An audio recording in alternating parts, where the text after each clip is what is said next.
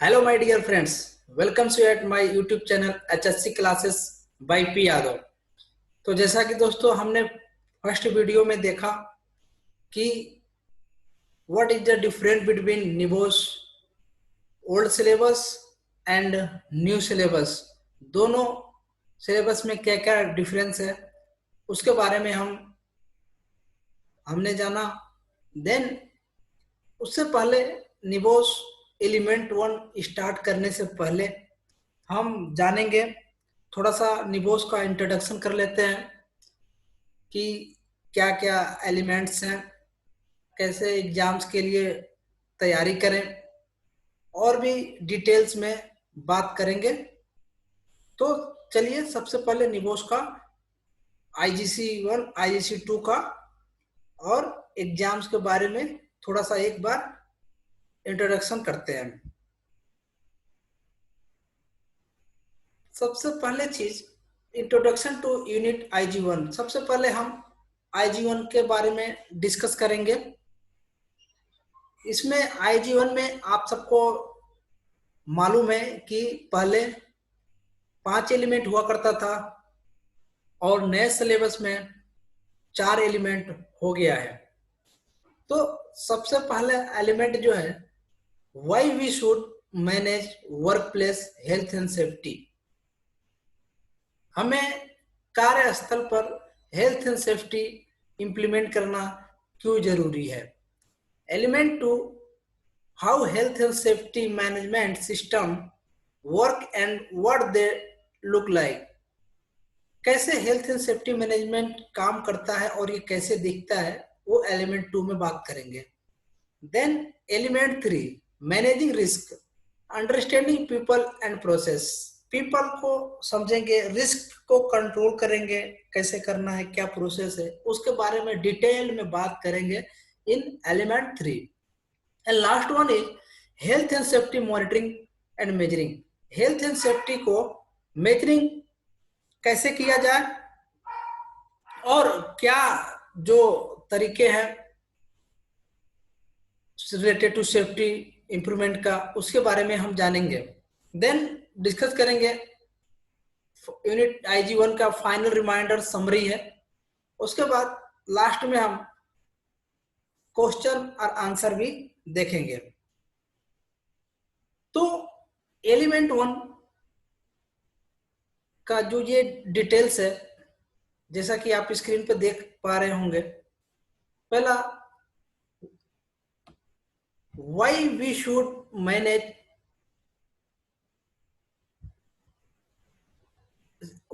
Should manage work place health and safety. कार्यस्थल पे health and safety को implement करना क्यों जरूरी है। देन उसी तरह उसके अंदर में हम पढ़ेंगे moral and money, introduction to key terms, the moral reason for managing health and safety, the financial reason for managing health and safety, regulating health and safety, legal reason for managing workplace health and safety, the international framework, employers responsibility, worker responsibilities। ये सारे chapters जो हम element 1 में cover करेंगे। Then element 2 में भी जो जो चैप्टर हम डिस्कस करेंगे उसके बारे में आप स्क्रीन पर देख रहे होंगे। Occupational health and safety management system, introduction to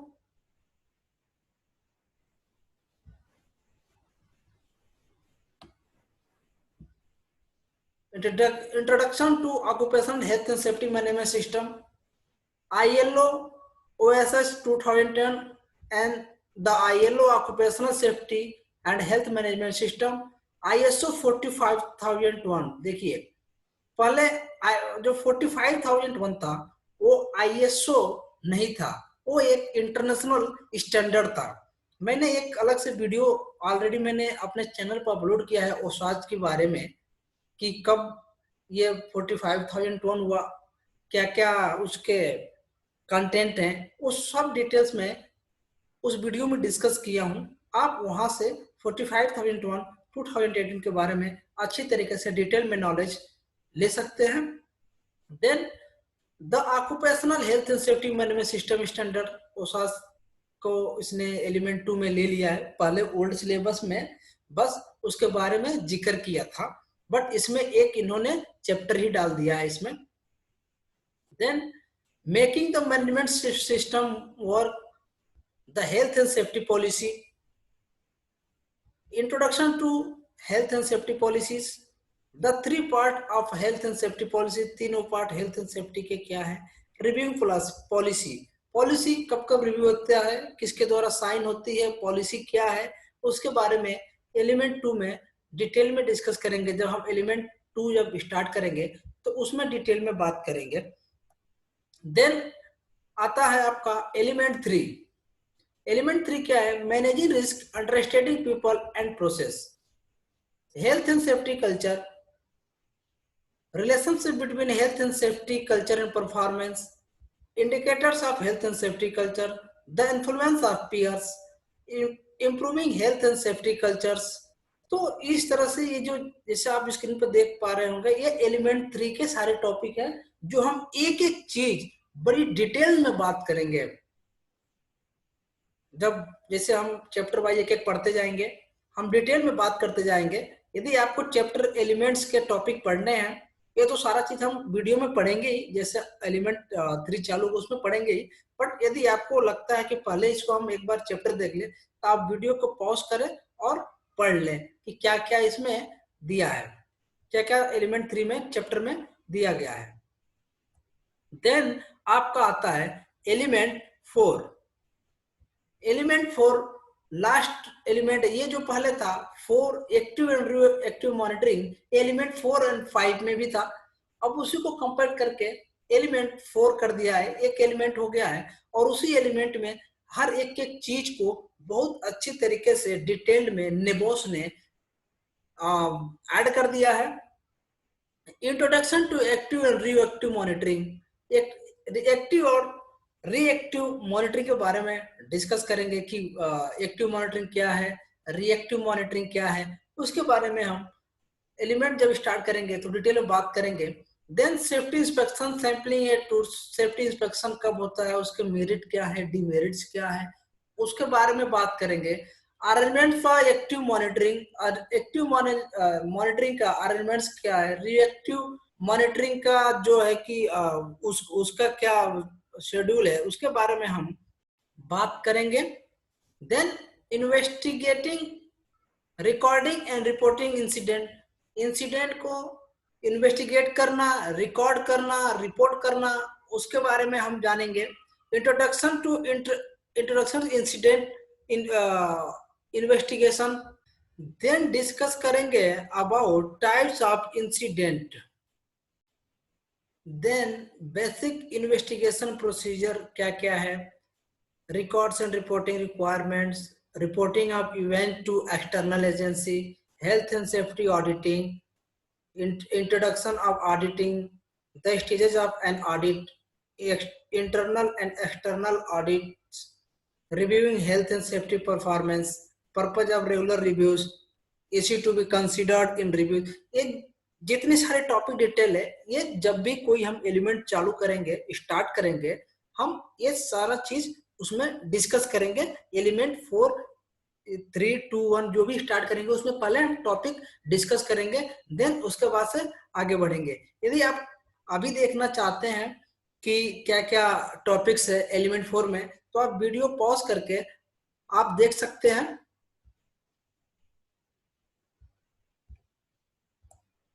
then structure,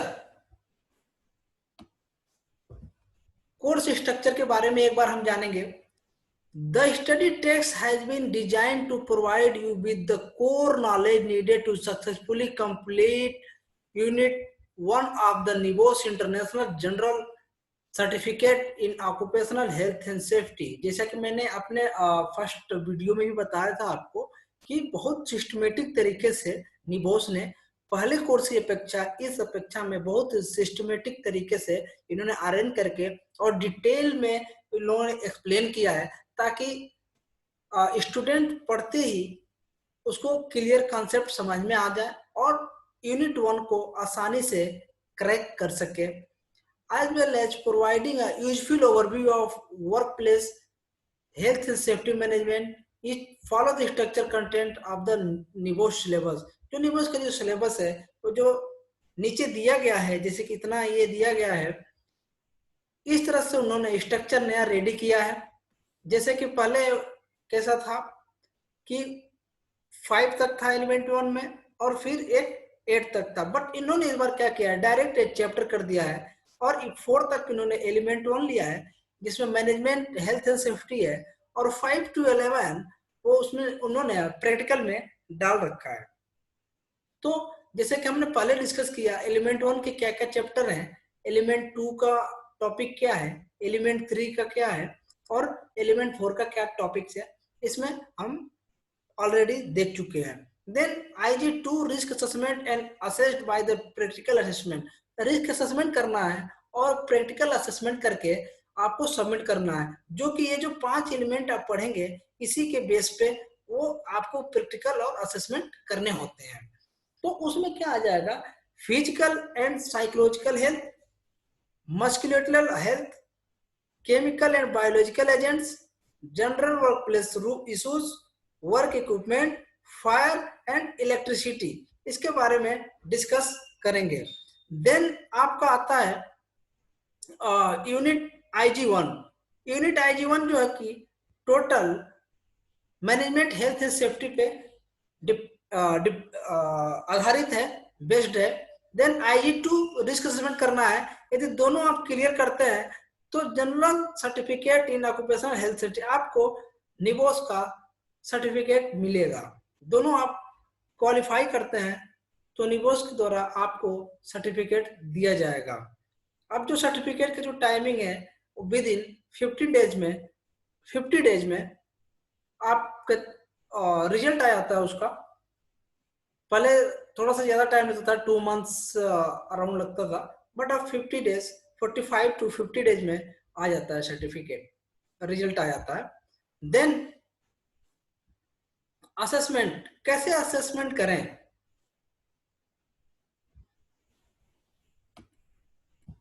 the complete the qualification you need to pass one formal written question paper, एक आपको रिटन पेपर पास करना होगा, जैसे कि हमने हर एक वीडियो में बताया यूनिट IG1 ही आपको एग्जाम देने हैं।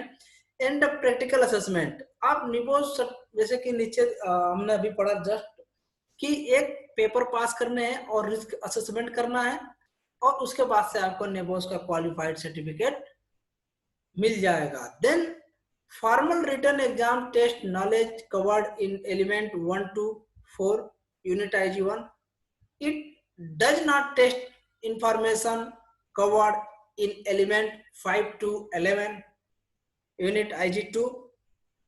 The written exam is 2 hours long and consists of 11 compulsory questions. जो written exam होगा वो 2 घंटे का होगा और उसमें 11 क्वेश्चंस होंगे। मैंने बता दिया है पिछले वीडियो में भी कि 1+10 जो पहला क्वेश्चन होगा 20 मार्क्स का होगा और बाकी जो 10 क्वेश्चन होंगे प्रत्येक 8 नंबर का होगा।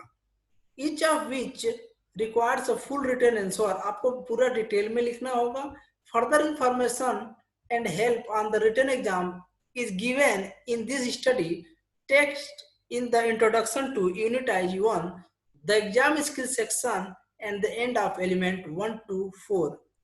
एग्जाम स्किल्स जो है जैसे एलिमेंट 1 में भी दिया है और 2 में भी दिया है, जैसे चैप्टर खत्म होगा उसके लास्ट में स्किल्स निबोस के द्वारा गाइडलाइन भी दी जाती है कि आप प्रैक्टिकल कैसे सबमिट करें, कैसे प्रिपेयर करें, कैसे एग्जाम दें, और निबोस की ही गाइडलाइंस हम अभी देख रहे हैं।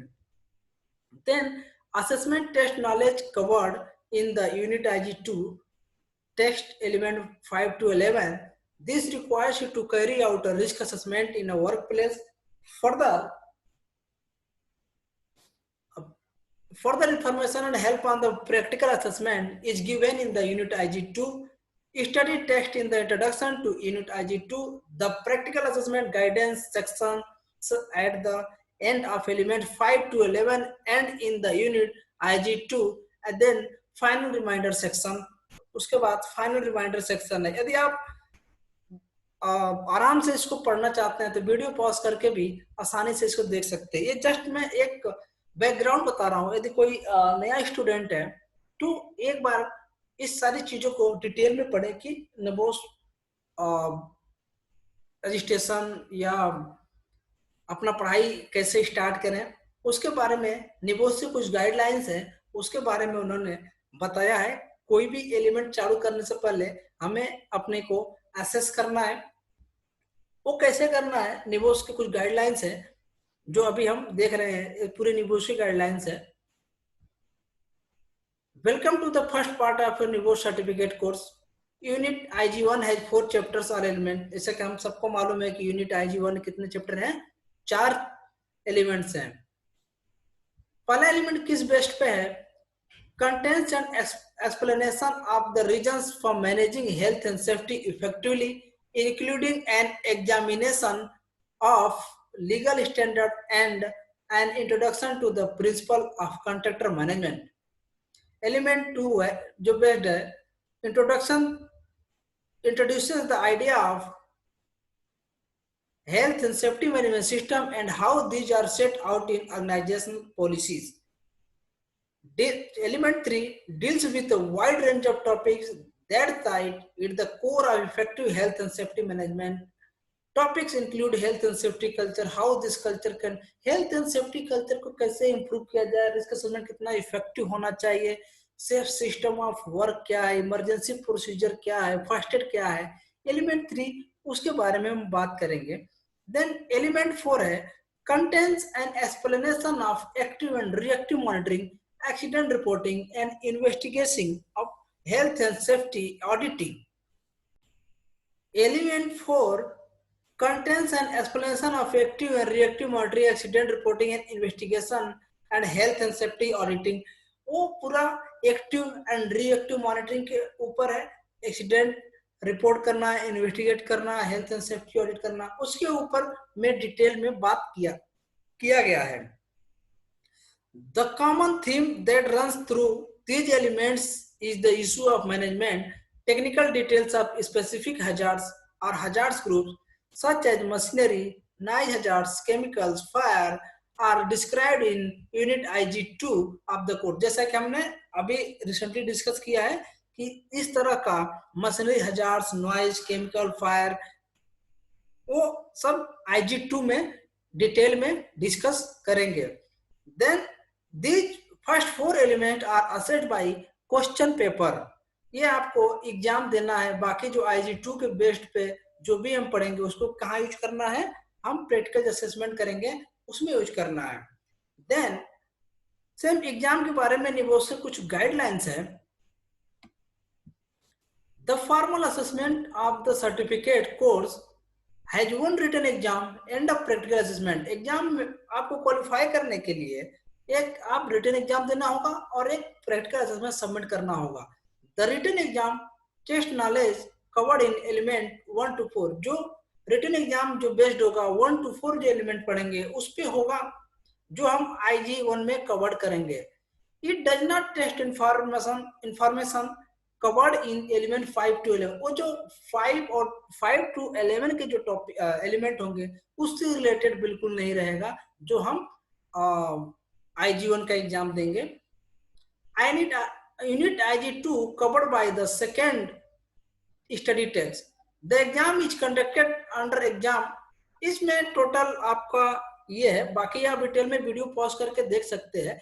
इसमें ये इसका कहना है कि 1 से 4 जो एलिमेंट पढ़ेंगे उसी पे हमें कोई रिटन एग्जाम देना होगा और जो 5 से 11 एलिमेंट जो पढ़ेंगे वो उसमें प्रैक्टिकल असेसमेंट इंक्लूड होगा और एग्जाम जो है वो 2 घंटे का होगा जिसमें 11 क्वेश्चन 11 क्वेश्चन आएंगे। पहला जो होगा 20 नंबर का होगा, बाकी जो 10 क्वेश्चन है 8 नंबर के होंगे। और निबोस सजेस्ट करता है कि जो पहला क्वेश्चन है उस पर 20 से 25 मिनट स्पेंड करें और बाकी के क्वेश्चन बाकी के जो 1.5 घंटे हैं वो आपको उस 10 क्वेश्चन में आपको इन्वेस्ट करने हैं। The total number of marks available in exam 100 number का पेपर होगा। To pass the exam you have to get pass होने के लिए आपको 45 मार्क्स अचीव करना जरूरी है। यदि आप 45 नंबर नहीं ला पाते, 45-45% नहीं ला पाते, तो आप फेल हो जाएंगे और आपको क्या है, दोबारा एग्जाम में बैठना पड़ेगा। Then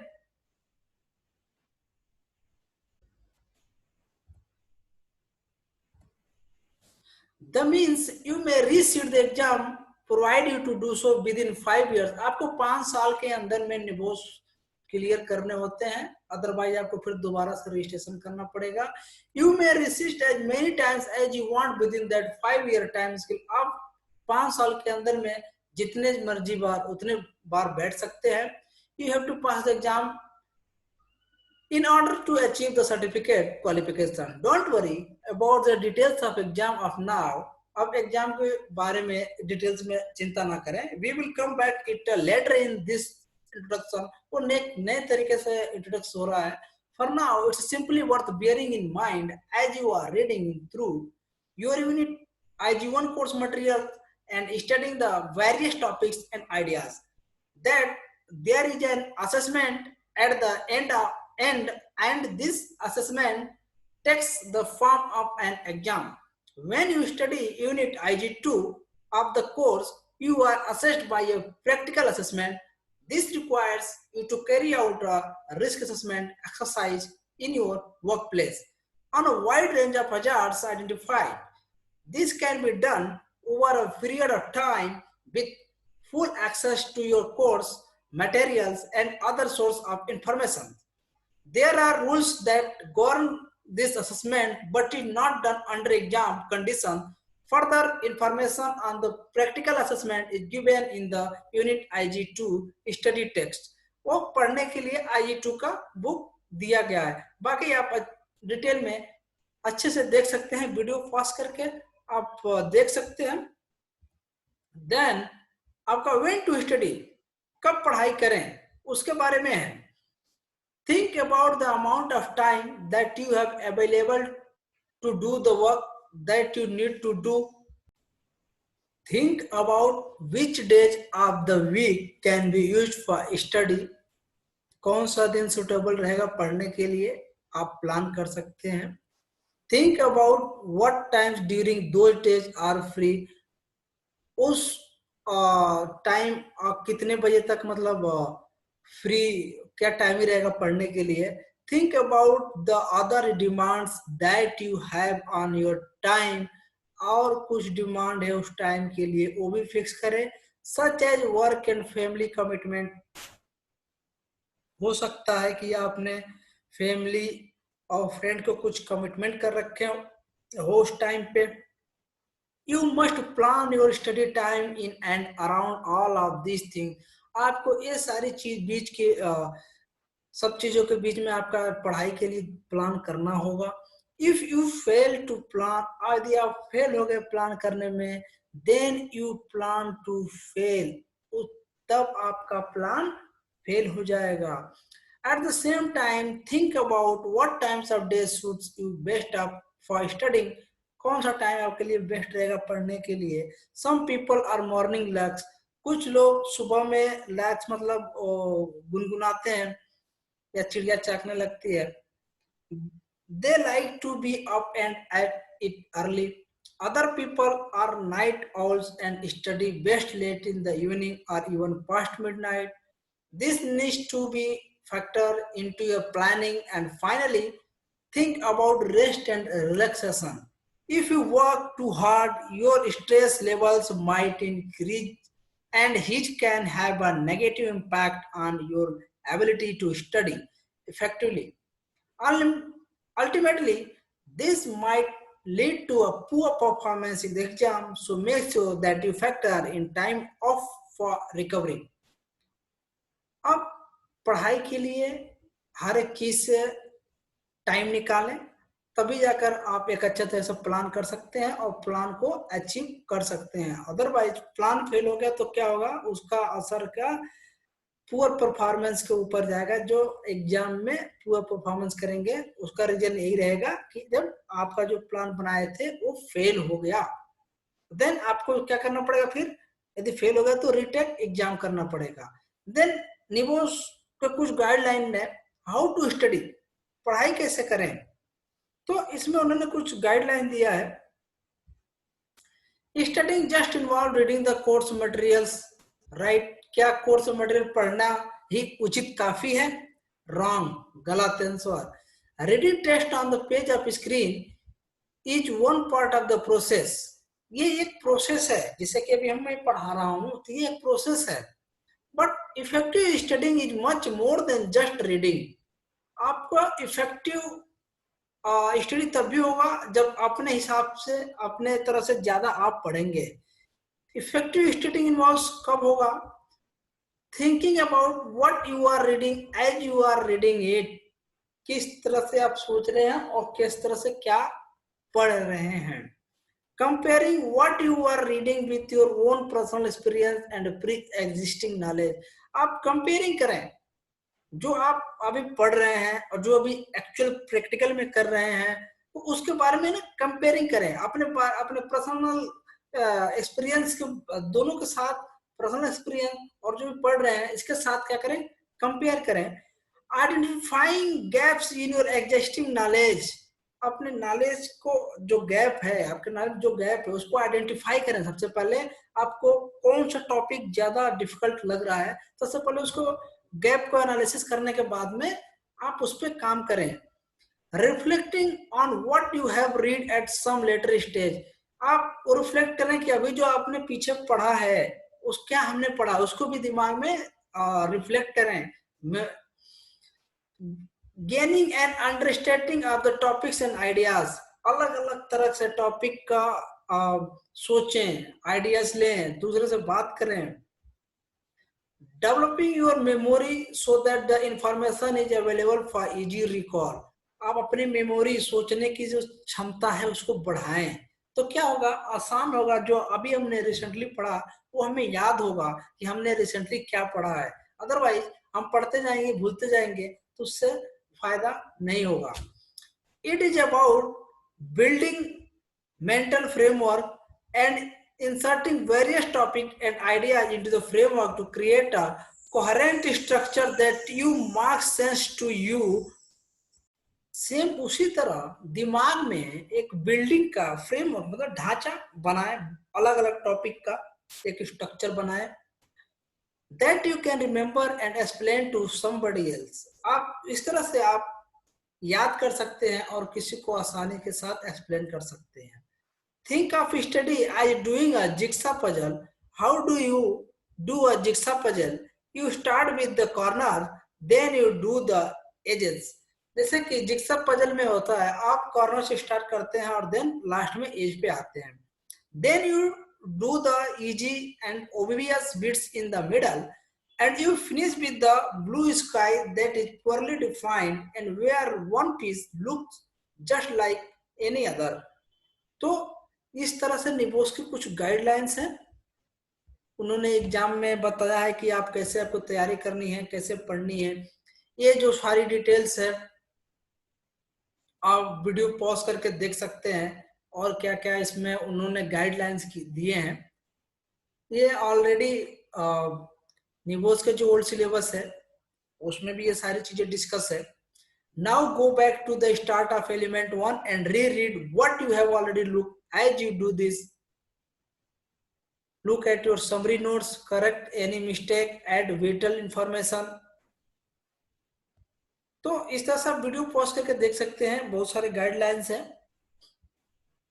revising of the exams, वो तक पढ़ाई के बारे में उन्होंने बता दिया, when to study, how to study. But exam आ गया है तो कैसे रिवाइज करें, तो निबोस से कुछ गाइडलाइंस है कैसे रिवाइज करना है, उससे कुछ गाइडलाइंस है। One of the reasons for including information about the exam here is that it is essential that you think about the exam early so that you start making revision notes and aids as a normal part of your study routine। Here are some suggestions about how you can do this।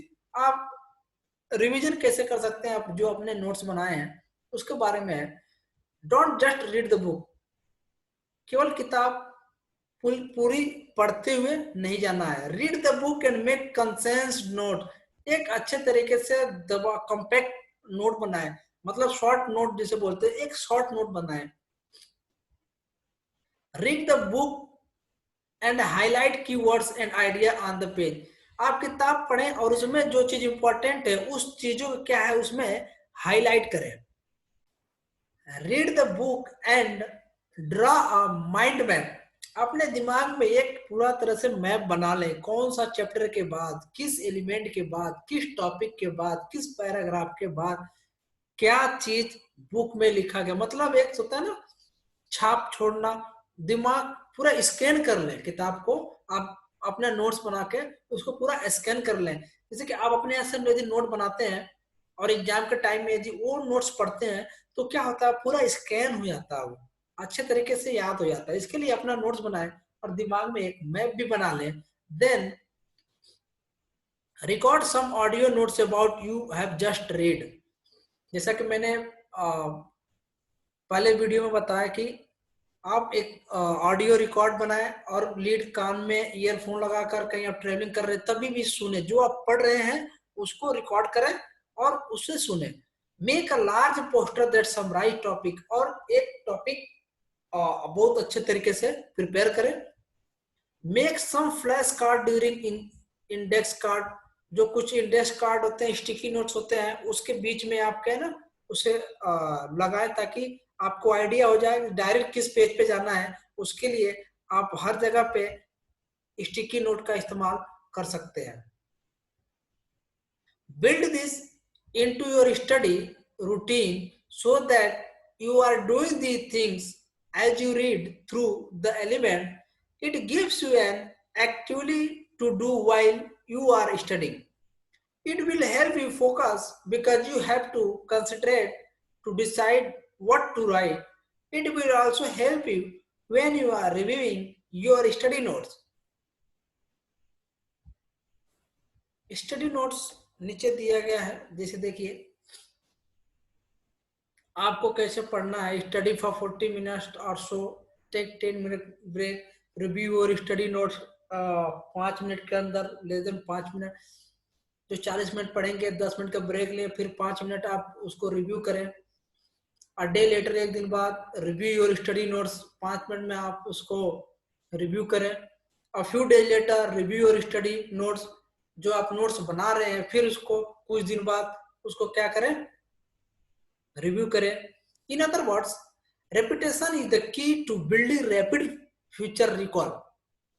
जैसा कि मैंने बताया कि यदि हम हर एक चीज को कंटिन्यू में रखेंगे, बार बार एक चीज को पढ़ते जाएंगे, आगे पढ़ते जाएंगे, रिवाइज करते जाएंगे, पढ़ते जाएंगे, रिवाइज करते जाएंगे, उससे क्या होगा कि जब किसी भी चीज को हमें याद करना होगा तो बहुत जल्दी से याद आ जाता है। अदरवाइज हम रिवीजन नहीं करेंगे और एक बार ही पढ़ेंगे तो क्या होगा, पीछे से सब भूलता चला जाएगा। सेम उसी तरह यदि मान लो किसी फिल्म का, किसी मूवीज का सीन याद करना और डायलॉग हो तो हमें याद हो जाता है, बट यदि कुछ स्टडी मटेरियल है तो हमें याद नहीं होता। क्यों? क्योंकि हम उसे रिवीजन नहीं करते और पिक्टोरियल नहीं करते, इसके लिए वो भूल जाता है। इसके लिए हमें बार बार क्या है उसे रिवाइज करना होगा। If you repeatedly review topics and ideas over time, that information will be much more readily available to you when you are sitting the exam. जब आप रिवाइज करते रहेंगे कंटिन्यू तो क्या होगा, जब आप एग्जाम में बैठेंगे तो तुरंत क्या होगा, आपको वो सारी चीजें याद हो जाएगा। बाकी कुछ बेसिक एग्जाम स्किल्स है, आप वीडियो पॉज करके अच्छे तरीके से देख सकते हैं, पढ़ सकते हैं क्या क्या कैसे एग्जाम्स में आपको लिखना है, कैसे बेटर करना है। ये और कुछ गाइडलाइंस है जो आप देख सकते हैं अच्छे तरीके से, वीडियो पॉज करके ये सब गाइडलाइंस आप पढ़ सकते हैं। ताकि मैं इसके बारे में ज़्यादा नहीं बताऊंगा कि जल्द से जल्द हम एलिमेंट 1, एलिमेंट 2, 3, 4 सिलेबस खत्म करना है। इसके लिए ज़्यादा हम डिटेल में नहीं जाएंगे। यदि हमारी तैयारी अच्छी हुई है तो इतना डिटेल करने की जरूरत नहीं है, हम डायरेक्ट एग्जाम में जाएंगे यदि हमारी तैयारी अच्छी है तो, और डायरेक्ट एग्जाम में जो 11 क्वेश्चन आएंगे उसको करके 2 घंटे में हम पेपर सबमिट करके आ जाएंगे और होप कि अच्छा रिजल्ट आएगा। देखिए निबोस पहले इतना डिफिकल्ट नहीं है। अब हम केवल हमें 4 एलिमेंट पे जी और जान लगा देना है, चाहे जैसे भी पढ़ना पड़े, जितने घंटे भी पढ़ना पड़े हम पढ़ेंगे। ताकि देखिए यदि अब गल्फ की बात करें तो वहां पे विदाउट निबोस सेफ्टी ऑफिसर के लिए कोई जॉब नहीं है। तो हमें ये मान के चलना है कि यही जो डिग्री है, यही जो डिप्लोमा है, जो सर्टिफिकेट है, ये हमें नौकरी दिला सकती है, एक अच्छी रोजगार दे सकती है। तो क्यों ना हम 1-2 महीने खूब अच्छे तरीके से पढ़ाई करें, तैयारी करें और फिर रजिस्ट्रेशन करा के निबोस को फर्स्ट अटेम्प्ट में क्रैक करें और निबोस का डिग्री लेकर के हमें एक अच्छे कंपनी में जॉब करें। तो हमें 1-1.5 महीने, 1 से 1.5 महीने खूब चाहे जैसे भी हो जी जान लगा देने हैं। 1 से 4 तक आपको ज्यादा नहीं, मेरी स्लाइड है केवल 400 पेजेस की स्लाइड है, उसमें निबोस IG1 पूरा कंप्लीट है। 400 में कुछ ऐसे जो है वो मेरे एडवर्टाइजमेंट के हैं। आपको 350 स्लाइड मान के चलिए, 350 स्लाइड जो है आपको कैसे भी करके पढ़ना है, चाहे दिन हो रात हो, मतलब एक ठान लेना हमें निबोस क्लियर करना है तो कैसे भी दिन और रात करके पढ़ेंगे। तो ठीक है दोस्तों, इस वीडियो में इतना ही। बाकी हम कल से चालू करेंगे unit IG1 निबोस। Enjoy unit IG1 of the course. IG1 unit 1 का हम एंजॉय करेंगे अगली वीडियो में। तो दोस्तों बेसिक जानकारी थी, होप आपको ये वीडियो अच्छी लगी होगी, अच्छे तरीके से आप समझ पाए होंगे। यदि वीडियो अच्छा लगे, यदि दूसरा कोई आपका फ्रेंड है, यदि निबोस की नया सिलेबस का, न्यू सिलेबस का यदि कंप्लीट कोर्स के बारे में उसे पढ़ने की इच्छा हो तो आप उसके शेयर कर सकते हैं और हमारे चैनल को सब्सक्राइब कर सकते हैं, ताकि सेफ्टी रिलेटेड जो भी मटेरियल है, निबोस का हो गया, ओसाज हो गया या अदर स्टैंडर्ड हो गया, 45,001 हो गया, 14,001 हो गया, उसके स्टैंडर्ड के बारे में भी हम बात करेंगे। और एक एक हर चीज, हर एक लेवल के लिए हम डिस्कस करेंगे, नेबोस से लेकर एक चेकलिस्ट तक हम डिस्कस करेंगे हमारे यूट्यूब चैनल पे। तो सबसे पहले मेरा मकसद ये है कि जितना जल्दी हो सके मैं निबोस का सारा वीडियो में इस पे अपलोड कर दूं, ताकि जो भी स्टूडेंट तैयारी करना चाहते हैं वो अच्छे तरीके से तैयारी करके निबोस क्रैक करें। तो ठीक है दोस्तों, इस वीडियो में इतना ही। अब कल के वीडियो में हम देखेंगे यूनिट IG1 स्टार्ट करेंगे, ज्यादा टाइम ना लेते हुए। तो ठीक है दोस्तों, बाय बाय, जय सुरक्षा।